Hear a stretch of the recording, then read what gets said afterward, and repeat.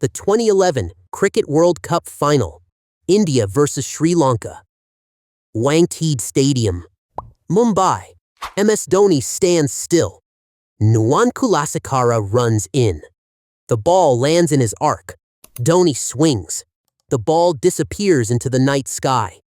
For 1 second, the entire country holds its breath. Then Ravi Shastri screams the line that became history. Dhoni finishes off in style. India wins the World Cup after 28 years. The nation explodes. 1 billion people celebrate. Players cry. Fans run into the streets. Fireworks light up the sky. Sachin Tendulkar is carried on shoulders. A dream is complete. But the night before, something happened that nobody talks about. Because behind that perfect ending, behind the six, behind the tears, behind the national celebration, there was a darker story. A story of whispers, of suspicious games, of changed pitches, of betting patterns, of pressure, of money, and of a cricket world that wanted everyone to believe 2011 was clean. But cricket has always had shadows, and the 2011 World Cup was played right in the middle of them. This was supposed to be cricket's redemption. The game had survived the match-fixing scandals of the 1990s and early 2000s. Hansi Kronia had fallen.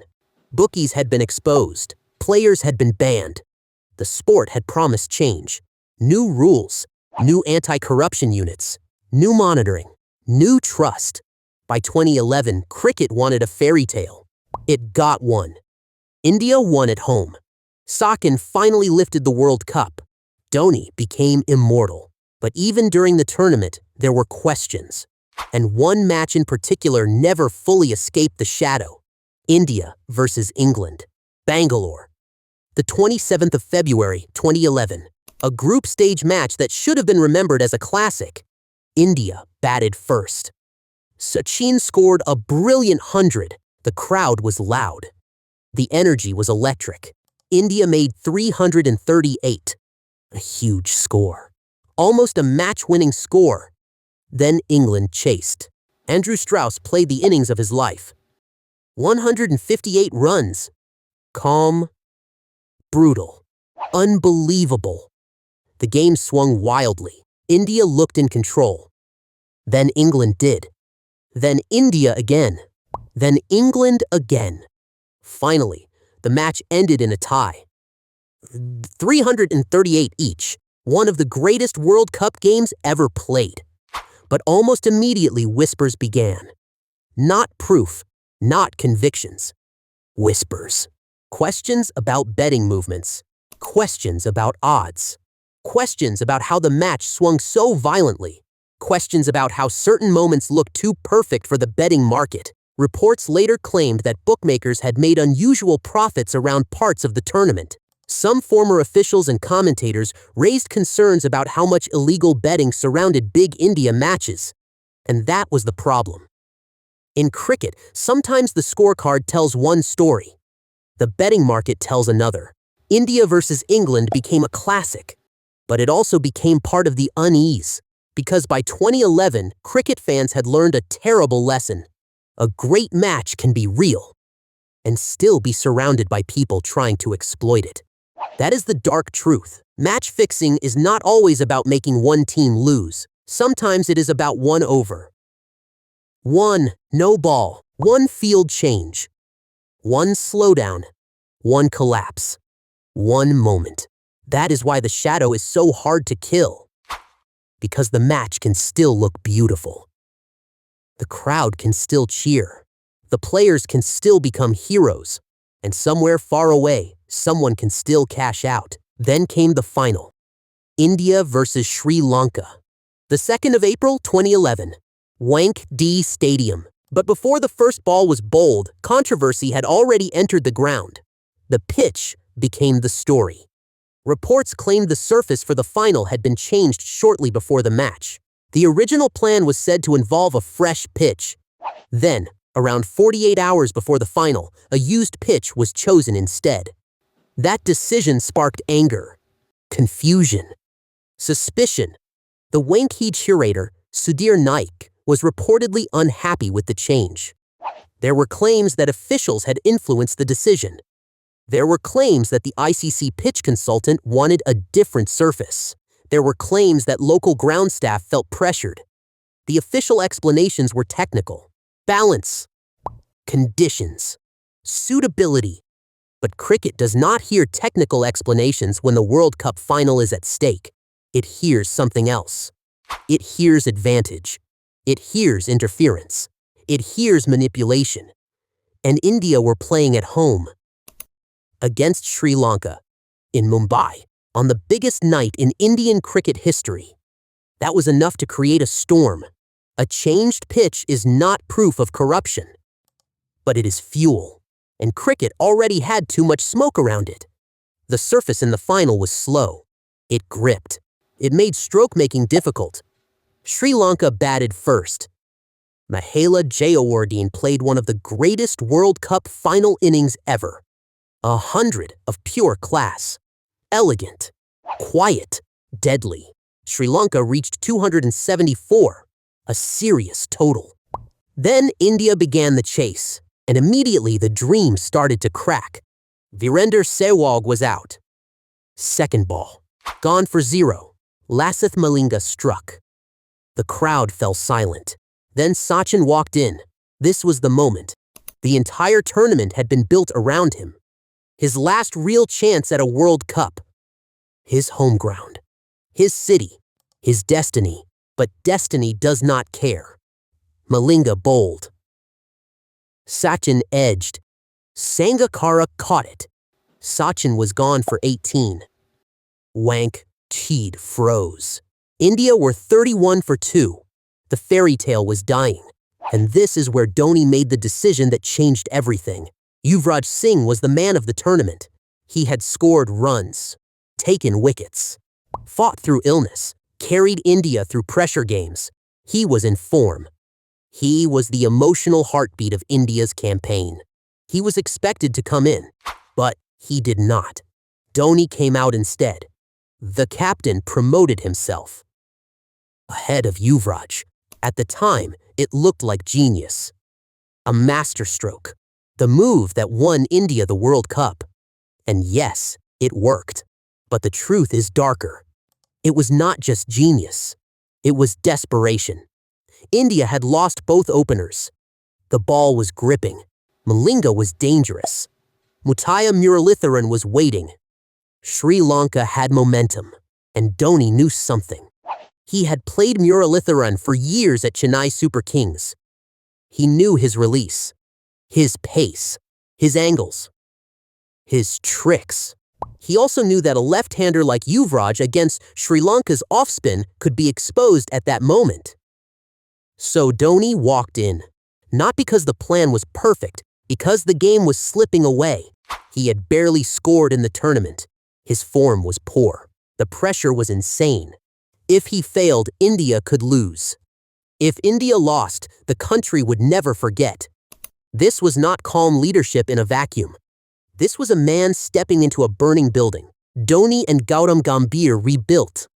Slowly, brutally, run by run. No drama, no panic, just survival. Gambhir did the heavy work. He fought. He punched gaps. He absorbed pressure. He reached 97. Then he got bold. 3 runs short of a World Cup final century. His innings became one of the most underrated performances in cricket history because the ending belonged to Dhoni, and history remembers endings. Dhoni stayed. Dhoni finished. Dhoni hit the 6. The photograph became eternal. The bat raised. The white ball in the sky. The captain staring. India winning. But before that final, there was another match that had carried an even heavier shadow. India versus Pakistan. Mohali. The semi-final. The 30th of March, 2011. This was not just cricket. This was politics, history, war, identity. Prime ministers attended. Security was massive. The entire subcontinent stopped. Some called it the most watched cricket match in history. India versus Pakistan in a World Cup semifinal is not a sporting event. It is a pressure chamber. And pressure attracts money. Illegal betting around India-Pakistan matches has always been huge, massive, hidden, global. Before the Mohali Semifinal, reports surfaced about unusual betting activity. Bookmakers were said to be taking enormous volumes. Odds moved sharply. Markets reacted to toss rumors, team rumors, player rumors. Everything became a commodity. Every ball had a price. Every wicket had a market. Every over had a shadow. India batted first. Sakin survived chance after chance. Dropped catches, missed stumpings, edges, appeals. It was one of the strangest big innings of his career. He made 85. Not beautiful, not clean, but vital. Pakistan's fielding collapsed under pressure. Misbah-ul-Haq's slow chase later drew criticism. Pakistan fell short. India won. The crowd erupted. The final was set. India versus Sri Lanka. But the whispers stayed. Again, no court proved that the semi-final was fixed. No official verdict rewrote the result. But that is not the point. The point is that cricket's biggest matches were being played in an ecosystem where illegal betting was not outside the stadium. It was wrapped around it, breathing on it, waiting for mistakes, waiting for access, waiting for weakness. And cricket wanted fans to look away, to focus on flags, anthems, rivalries, heroes. But behind the emotion there was a machine, a betting machine, a corruption machine, a machine that had survived every scandal before it. Then the World Cup ended. India lifted the trophy. For a moment, it felt like cricket had been cleansed. The good guys had won. Sachin had his dream. Dhoni had his legend. Yuvraj had his redemption. A young generation had its miracle. But cricket did not get clean. Not after 2011. Not even close. 2 years later, the 2013 IPL spot-fixing scandal exploded. Players were arrested. Bookies were exposed. Team officials were dragged into investigations. The richest league in cricket was shaken. Fans felt betrayed again. The same old story returned. Money. Access. Illegal betting. Fixing. Silence. Then came more scandals. More bans. More investigations. In 2018, another major fixing case hit global cricket. Al Jazeera released an investigation alleging corruption around pitch fixing and spot fixing. Names were discussed. Venues were questioned. Old fears came back. The game insisted it was fighting corruption. And maybe it was. But the disease kept returning because cricket is perfect for manipulation. Long matches. Dozens of micro-events. Overs. Sessions. Dot balls. No balls. Extras. Field placements. Pitch conditions. Weather. Tosses. One moment can be sold without changing the result. That is what makes it terrifying. A player does not need to throw a match. He only needs to throw a moment. And the audience may never know. They may remember the 6, the century, the celebration. But somewhere else, someone remembers the exact ball, the exact over, the exact bet. That is the darkness of 2011. Not that India did not deserve to win. They did. They played great cricket. They beat the best teams. They handled pressure. They created history. This is not about stealing the trophy from them. This is about the world around the trophy. A world where the cleanest emotions can exist beside the dirtiest money. Where national pride can become cover. Where 1 billion people can be watching the game and still miss what is happening behind it. The 2011 World Cup gave cricket its most beautiful ending. But beauty can hide rot. The India versus England tie carried questions. The Wankhede pitch change created controversy. The Mohali Semifinal sat inside a storm of betting rumors. Dhoni's legendary move came from a moment of crisis, and the scandals that followed proved the old networks had not died. They had adapted. They had waited. They had survived.